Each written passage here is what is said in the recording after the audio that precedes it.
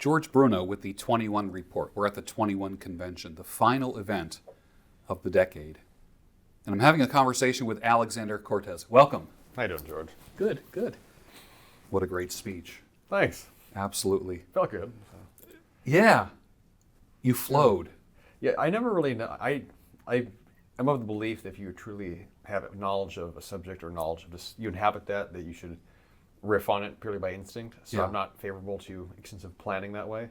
Henceforth, anyone that watches my talks, it's very non-prescriptive. Yeah. But I never quite know how it's going to be received either. That's sort of like the risk you take. But Right. it's fun. So Yeah. the guys seem to like it, obviously, afterwards. Got a lot of positive feedback and questions that came. I think the power question was, if you are the best in the world at something, why aren't you getting paid for it? Wow. I just saw guys kind of squirming in their seats, because everybody's competent at something but not getting paid for it. Yes, that was as you were there, obviously witnessing it, but that was sort of the final moment of my 20s, but that was sort of the transformational moment where I had an ex-girlfriend that asked me, actually, like, if you're so good at this, like, how come you're not making more money? It was almost literally that exact question. I didn't have an answer to that. Yeah. And it was just one of those moments in time where I'm like, okay, I need to definitely rethink not just how I'm living life, but like, what are my values? Like, why am I in this position in the first place? And that obviously, it can be taken so many different directions in terms of like, your personal story, what your character is, why have I not planned? It can be very psychological, but I realize on a day-to-day basis that, money is a sort of a scorecard for whether you truly know how to present yourself to the world, be valuable, be useful to people. And if you're really lacking for that, constantly, or you're just in a position where you feel like you feel that you deserve more. Mm-hmm. Okay, well, you feel like you deserve more, but how come you don't have more then? Yeah. That could be self-limiting beliefs. That could just be your general lack of care. It could be a lot of things, and that's an area I know for a lot of men today, especially with the relative given the economy at large, where a lot of men are sort of underperforming that area. You need to work on that because that fundamentally comes down to also a sense of self-worth as well. Yeah. Self-worth, self-devotion, your own expectations you set for yourself. So it becomes a very deeply probing conversation. As someone who is reinventing myself for the third time in my life, and also becoming friends with you at that time when you made that transition, and just having a front row seat and watching this happen to you has been nothing less than amazing. How did you start? How did you just, like, I guess alcoholics have to say, I am an alcoholic, okay? What was your step one? I think step one was just admitting to myself that I have had no clue what I have been doing for any period of time. And I said this in the talk I just gave, where for almost all of my 20s, from really like probably 18 to 28, even like being a teenager, I never planned for the future. I never planned for anything. I didn't have any foresight that way of like, I want to become this. I'd like to do that. That's why I don't consider myself like a good role model for like most qualities. Since like I'm a good example of someone where I certainly devoted myself to something. I wanted to get good at teaching. I wanted to learn the body. I wanted to master this domain of physicality. But there was nothing concrete I could say that I actually was aiming for other than just the sheer day-to-day discipline of doing it, which has its own rewards. But also when you operate so devil may care, the devil will come for you, and the devil is yourself. So I hit that point at 27 where I was just looking at like, okay, what's my life on paper? Oh, I have this job, but so I at least have a job, right? So I'm useful to somebody. Also, I got tons of debt. I can't afford to really do anything. I'm trapped in this situation.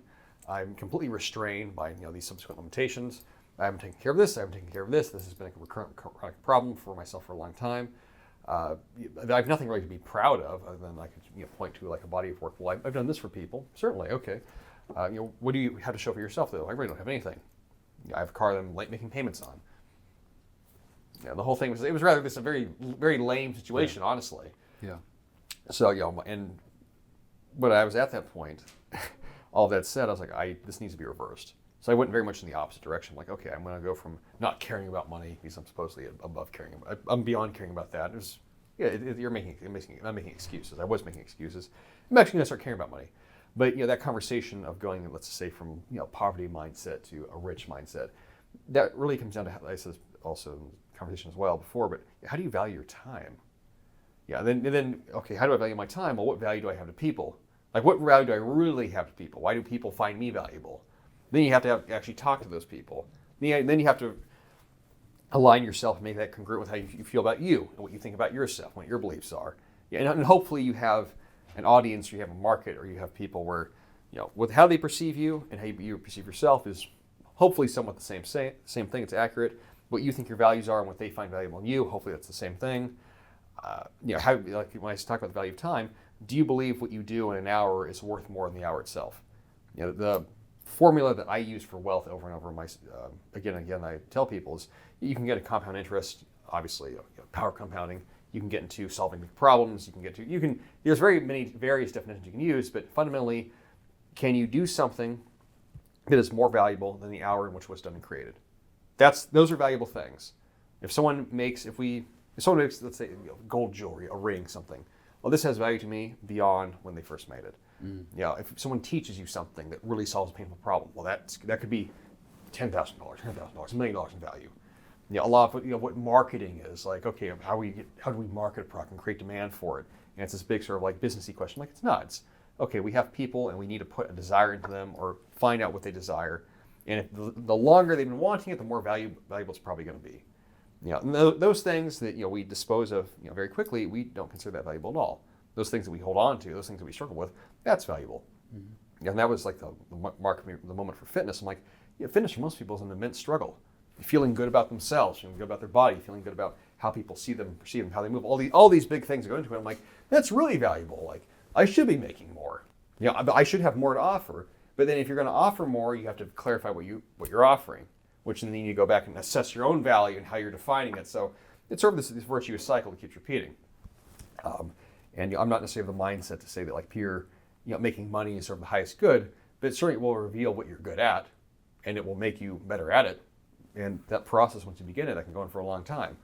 And whatever your particular want level is that you want to perform at, whatever you want your livelihood to be, that's the term I always use. Like however much money you want to make, find out what that number is that fulfills your needs, that you can be hopefully somewhat happy at or content.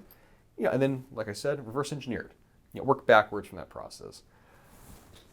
And that was that took a few. I'm telling you this now. That took probably about 3-4 years to like fully figure out. Was that humbling for you?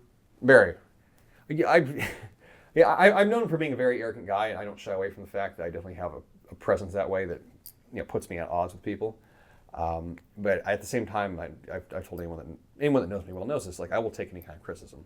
It doesn't bother me to tell me what I'm feeling yet. Like, to actually tell me. I don't mind. I know, the persona oftentimes can precede people presuming you're not receptive to that. I'm like, no, but actually tell me. So that was very humbling in that way. Since it was actually the first time in a while like people actually told me anything. But I also contrast that with like, you can't tell me anything. I'm like, don't tell me what to do, but don't tell me how to act, but do tell me what you think I'm lacking. Which I think if you're going to offer any kind of constructive criticism towards people never want to hear about what they did wrong. Right. But you can always tell somebody that there's more in you. I think I see. If you start doing this, you could even do more of what you wanted. That's a much better way to approach it. I learned that through training people, through coaching, that nobody likes being criticized that way. Like, oh, you messed up. I'm like, so I followed like sort of the John Wooden model. I'm like, no, actually I see this in you that you could do this even better. I know you got this in you. Okay. And this, this thing you think you're messing up, you're not really messing that up. It's just, if you take this quality that I know you have and you apply it to that will no longer be something that you feel bad at or mistaken at, or that will no longer be an area where you have to struggle with. Oh, it's a very, very good way to reframe it. And I think, relative to sort of being kind to yourself as well. And there's a certain amount of sort of anger and rage and fire that you need to have as a man, where like sometimes it's good to hate yourself. Like, how did I get in this position? That can be entirely useful, but you can't stay there either. You want that to be a kind but firm process. And that's another way to go about it as well. You are a significant figure, especially in the past 3 years since I've known you, in the manosphere, the red-pilled world. And you've seen it change. You've seen it evolve. What is your commentary on how you've seen things evolve? Well, the manosphere, as I sort of perceived it when I found myself in, I guess, around 2018, where I'm like, oh, I guess like I'm part of this community now. But I was never that guy that found it because like I was like struggling with girls and I need like I'm not getting laid and sex. I'm like, that wasn't it. It was, I started talking about fitness on Twitter, and then I sort of discovered these ideas. I'm like, yeah, this sounds largely majority of it like true-ish, like there's really some basic things about behavior. And then like there's a whole conversation dialogue. I didn't realize really the extent of it until like probably like the end of 2018. Like wow, like there's guys have been talking about this for years. I mean, like almost more than a decade. But the the fundamental, you could say, issue with it was that it was all of it was women's sex oriented. So masculinity, being a man, let's just say, part of being a man is how you get along with and get what you want from women, but that's not the entirety of what being a man is. We don't remember men in history by how many women they had sex with. We always say like Genghis Khan, so he's the one. Genghis Khan had 1,000 wives. Okay, that's one guy. How many people did Benjamin Franklin sleep with, or George Washington, Marcus Aurelius?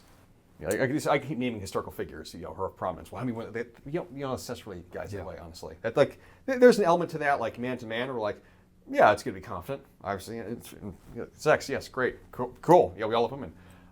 But there is certainly more to life. There's certainly more to a man's being. So the manosphere, like the inception of it, going up back to like the message boards, these forums, you're dealing with I would obviously say this punitively, and I don't mean it to be punitive, but it's going to sound punitive. It's a bottom tier of men. Like it was men who really struggled so much at the sheer act of just trying to get a woman to hopefully sleep with them. Like that was their like big life struggle. And like that's not a high conscious man at all. Like there's guys obviously like, yes, I acknowledge that it's difficult, but if that's the thing that's been crippling you for 20 years, like you as I said like in my speech, like you are blind to yourself. Yeah. Like it just so happens that wouldn't reveal that. Like you have a lot of other areas you need to work on than that. So what I've seen happen in the manosphere probably the last 3 years is that the conversation started to mature of like, okay, let's actually produce a more complete beast. To kind of quote Don. Let's produce a more complete man where it's not just game sex focused. It's also, let's say it's income, it's your livelihood. It's your fitness. It's how you show up. It's your legacy. It's what you want to create. It's what you do. It's what you teach. Let's throw all this together and let's talk about these individual aspects of it, and then let's integrate it. Mm-hmm. And you've seen like there's been a resulting conflict from that, obviously.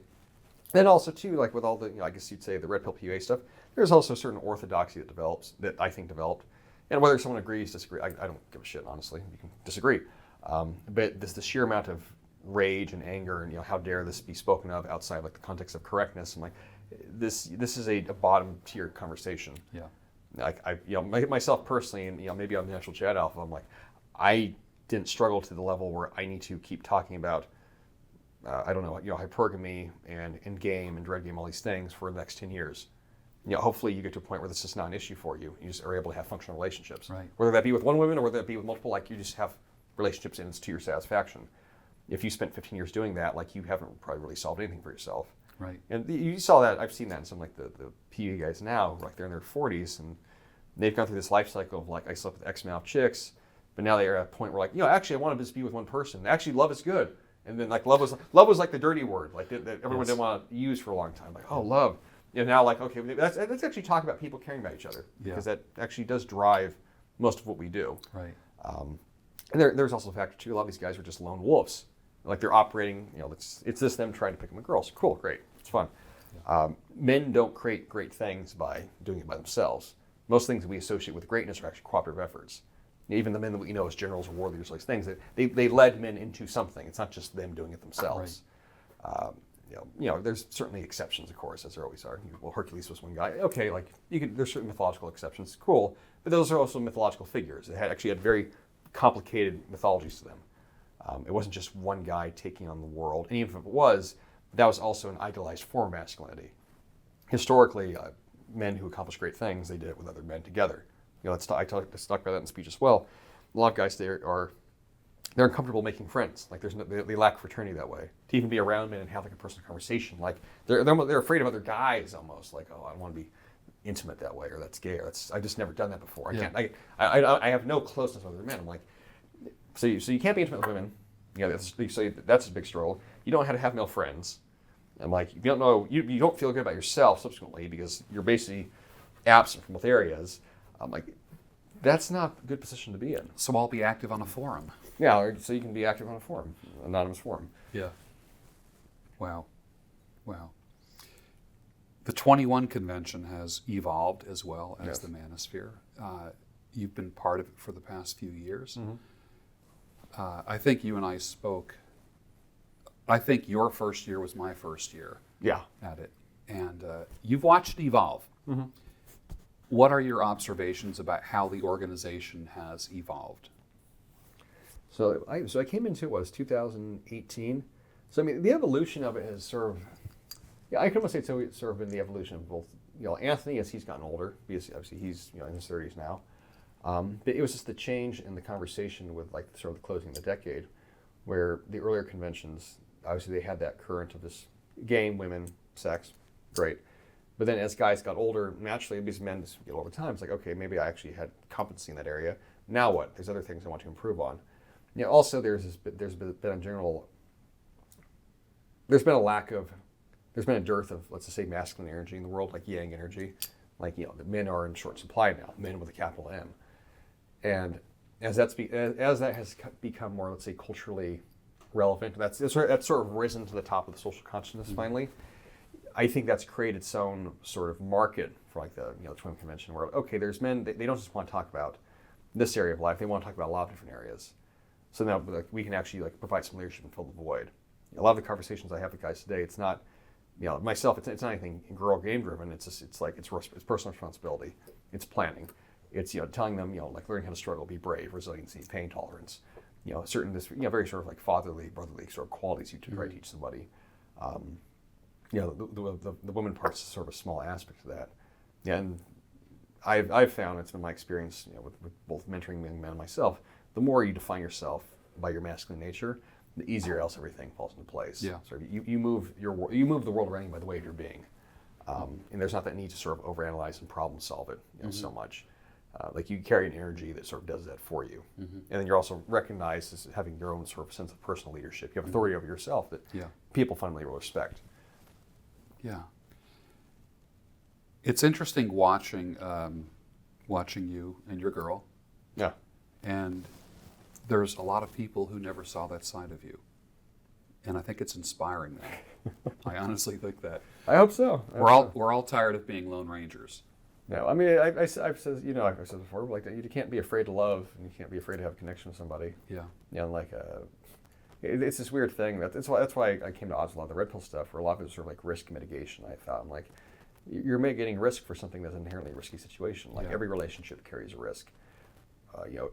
If you're afraid of being burned that badly, then don't get into a relationship. Yeah. Or don't just have relationships, period. Or keep them at very much arm's length. The reality is, if you become close with anybody, there's going to be hurt feelings. On both sides. Like it's never going to be a smooth scenario. You might look that way externally, but obviously internally, nothing operates that way. But the men I've known who are successful with women, whether it be monogamy or whether it just be having girlfriends, they're never afraid of anything. They carry no fear about them. Like, well, if this girl manipulates you, maybe she might try. I'm like, that probably will happen on some level. Okay, big deal. But they're also not naive either. Like that's the thing about being like sort of a dangerous man in a good way. The more dangerous you are, the more keenly aware you are of a woman's ability to be dangerous back. Right. So and you can recognize that in each other. It's the men who are very naive, to sort of their own ability to be dangerous, where they're always fearful. Yeah. So that's why I said you could have sort of like alpha red pill knowledge. You're still a coward. Right. You haven't changed anything about yourself. You're An still alpha coward. You're still fundamentally a coward. Yeah. And you think you know things. Right. Interesting. I think it's kind of interesting that you and I are being looked at as kind of like the leaders of the 22 convention coming up, which is 4 women who want to be married and want to be mothers someday, and that the entire convention is going to be taught by men. That'll be interesting. What is your take on that? There's this idea in sort of a Grecian idea, like I said, in the presentation I gave, where it was like the goddess Athena, like wisdom is a woman, in the sense that women provide contrast to revealing your nature.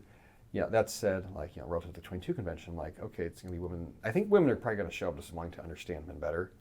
That's really that's really what it is. Like the relationship stuff. Like I'm not a relationship expert that way. Like here's a great relationship.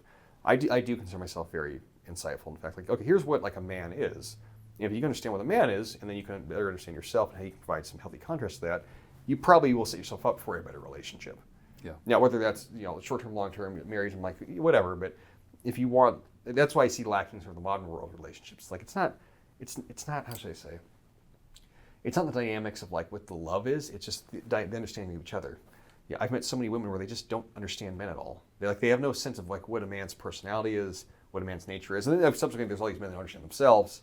So you try to have these relationships where both people are trying to be equal to the other one somehow. They're both like mimicking the behavior, and everybody's unhappy. Everyone feels misunderstood. Or the other woman has to be the one that account leads because the guy wants to be the more agreeable one. Yeah. Or he wants her to like, be a participant in all the decisions because that's supposed to be what you do. You ask her like, what do you want? What do you want? And it's like, just shop and choose something. Or maybe sometimes she wants him to be abrasive. That's actually enjoyable to deal with a guy that's difficult, and vice versa. And there's a level of playfulness there. Or you end up with like sort of the modern day androgyny where everyone's just like everybody else in their thinking and their actions, and that makes for very like low tension scenarios that way. So like you don't learn anything in that kind of relationship. It's just it is very like transactional. Whether you intend to be or not, it's boring. And then you have people where like they have no use for each other at all. So hopefully 22 Cant, I think that's probably will be what I would somewhat talk, what I'd probably get into actually when I think about it. I'm like, okay, what is like the nature of man? How does that contrast that with women? What does this mean for actually like forming bonds with each other? I think that is going to be a video clip right there for the. It's going to advertise 22 right there. I really think. I mean, that really. You stated everything that I was thinking. Cool. Yeah. Absolutely. That's going to be awesome. It sounds good. I think it sounds true. Yeah. Yeah. Okay. It's interesting. You are a voice for your generation, an important voice of sanity, clarity, and reason. And you have not only young men looking up to you, you have older guys looking up to you as well. I appreciate that, George. Which is really cool. Hopefully I don't lead you off a cliff. So. I don't think that's going to happen. I've been telling some of my audience that 2020 is the year that they get unstuck. Mm-hmm. How would you advise someone who feels stuck? Yeah, that's a great. I'm actually going to pitch something with that. That's actually a good question. Do it. So myself. So there's three aspects to this. Oh, okay, I should probably look at the camera. There's three aspects to this that I think just work on a pragmatic level. You have your mindset. So what I'm designing with Ed Lattimore and Tanner Guzzi, so we're designing like a course essentially. So it's going to cover mindset, how you think about yourself, what your beliefs are. You have your physical body, which for almost everybody, that's obviously a source of self-confidence, general energy levels, this feeling fit, being able to breathe easy, that helps you, really enables you to do anything in life that you want to do if you have that. Then you have your presentation. You have how do you show up to people. A lot of it's just how you dress, how you look at yourself, what you think your personality is, how you model that. So the course we're designing, it's going to be we're calling it like the Optimized Man course. It's going to be mindset, fitness, presentation, and having those three things in order, feeling good about yourself, thinking rationally and clearly, being able to make decisions, dressing well, having people look at you well. That's not an accomplishment of itself, but that gives you the means to accomplish anything you want. Mm-hmm. You can go to any situation, really, whether it be a job interview, whether it be learning a new skill, whether it be just being around new people, meeting people, and you'll probably be well liked. People will perceive you in a way that's favorable, and you'll feel good about yourself. You look good, you feel good, you do good. So unstucking yourself in that sense, I think for a lot of young guys, especially, they don't feel good about themselves on a very fundamental level. I don't feel good about who I am right now. Okay, I can't fix your imposter syndrome and obviously turn you into a new man tomorrow. But if I can have you stand up a little bit straighter with better posture, if you can feel good at being stronger, if I can show you how to change your body, if you can change some of your beliefs, so maybe you can fake it till you make it, you have some confidence, you stop having a negative mindset or negative narrative, and you're a little better dressed with a V-neck cut shirt and pants that fit and shoes aren't dirty, that in itself is going to have a positive effect. And then what was that little trifecta? The V-neck with a pants that fit and not dirty shoes. Yeah, crew cuts are going to stay. Okay, crew cuts are no more crew cut T-shirts. Okay, guys, if you're still wearing crew cuts 2018, you are falling behind. All right, you're doing yourself a disservice. V-necks are where it's at. So every guy looks better in a V-neck. Right. You know this. Right. Crew necks. That's like your dad's T-shirt from like 1970s. Yeah. So, but I mean, it is that basic. Mindset is always a big subject. The same thing like fitness can be such a rabbit hole. Yeah. Something you get all these things can be they're their own domains of depth and breadth. If you really want to make that your thing, And depending upon what a man lacks, like, yeah, maybe it is your mindset. Maybe you do need to go to a therapist. Maybe you do need to, like, be in a support group. Like a support group for men, not conventional therapists, fraternity of excellence, or maybe you need that kind of reinforcement. You need to work, like, there's a lot to unpack there. Or maybe it is like your fitness level. For a lot of guys, like, I'm changing myself, I'm bringing all this stuff, but I'm just fat. Okay, we can fix that. Or, for a lot of guys, maybe they do these two things.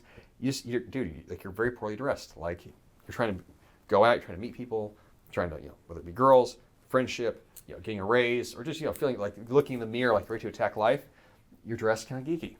Yeah, and you don't know how to dress, and that's okay, but we can teach you that. It's fixable. Yeah, all these things are fixable. They're fixable. There's a course of action for them.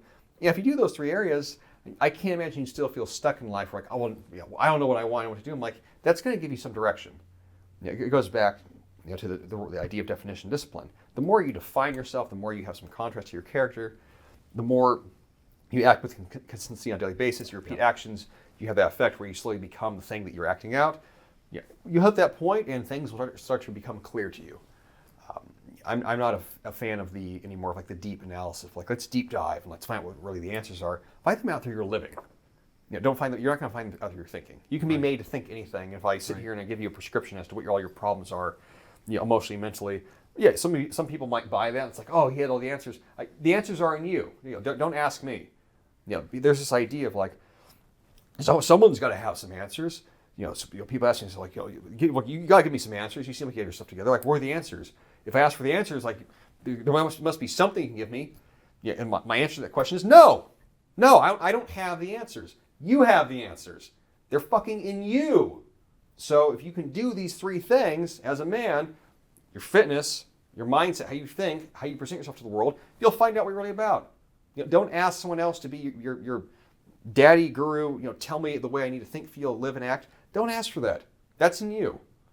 Your basic principles you need to fulfill are just being strong physically, being strong mentally, and looking like you're physically capable and you are aware of how you're perceived. Everything else, that's your journey. Is there such a thing as somebody who is unfixable? Or can everything be fixed? I think everything's fixable. I'm not... there's contrasting ideas to this. I could say on one hand, like, I know I have in my family worthless pieces of shit men where they are just, it's 60 years and they contribute nothing. Yeah. They are draining everybody. Like, you can pull up with many bad examples of like, well, I know guys, they're just beyond. So I'm like, I'm sure there are. At the same time, I would never tell anybody like, oh, you're irredeemable. Like, your life, like, nothing can be solved for you. Yeah. Like, if you want to believe that, then that's true. Yeah. If you don't, you don't. Like, life fundamentally is this consciousness and at large, the universe is this belief driven. If you think it can be brought into being, no matter how ridiculous it might be. You can find too many. There are too many examples of people who defy the norm and defy rhyme and reason and are able to achieve things and do things and change themselves simply by the power of the mind. So if someone wants to believe like I can't be solved for, I'm beyond saving. All right, like, good luck to you. Deal with that. But for everyone, I would never tell anyone that. And I've seen it too many times. People that have surprised me where I'm like, wow, you really changed. Okay. So clearly we have this transcendental power to change ourselves. A lot of us don't really tap into and utilize it. If you think it can be brought to be a conversation with Alexander Cortes. Thank you. Thanks, George.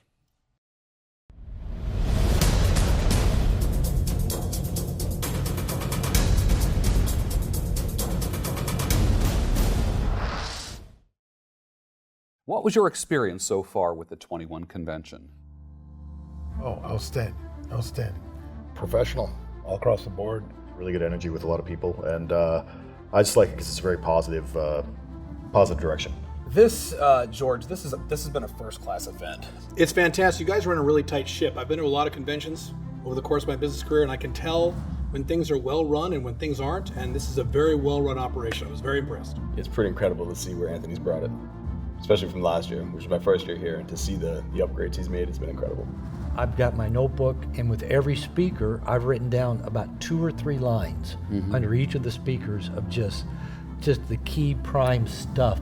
That's good. It's very surreal, man. I'm really enjoying it. I'm happy to live in such an era where such a thing like this is possible. I have never seen a group of guys like this, a group of 200 men who are focused, squared away, they're working on their values. Just never met a bigger group of wonderful guys. It's kind of neat because I've been to a fair amount of conventions in my day, but you never see one where the guys like here you can just see Ed Lattimore talking to Tanner about boxing. Yeah. You just sit down and then you tell your boxing experiences. Everybody's kind of pinging off each other. It's Yeah. nice. It has been fantastic, and it's been 4 days of guys all on the same page, working in the same direction. Fascinating meeting some of the people, hearing their stories. You got people traveling from other parts of the world to come here just to see Yeah. some of the speakers. That's Yeah. amazing. The thing that's impressed me is everybody here is very serious. Yeah. They're taking it, close to their heart. What a great convention. Thanks, George.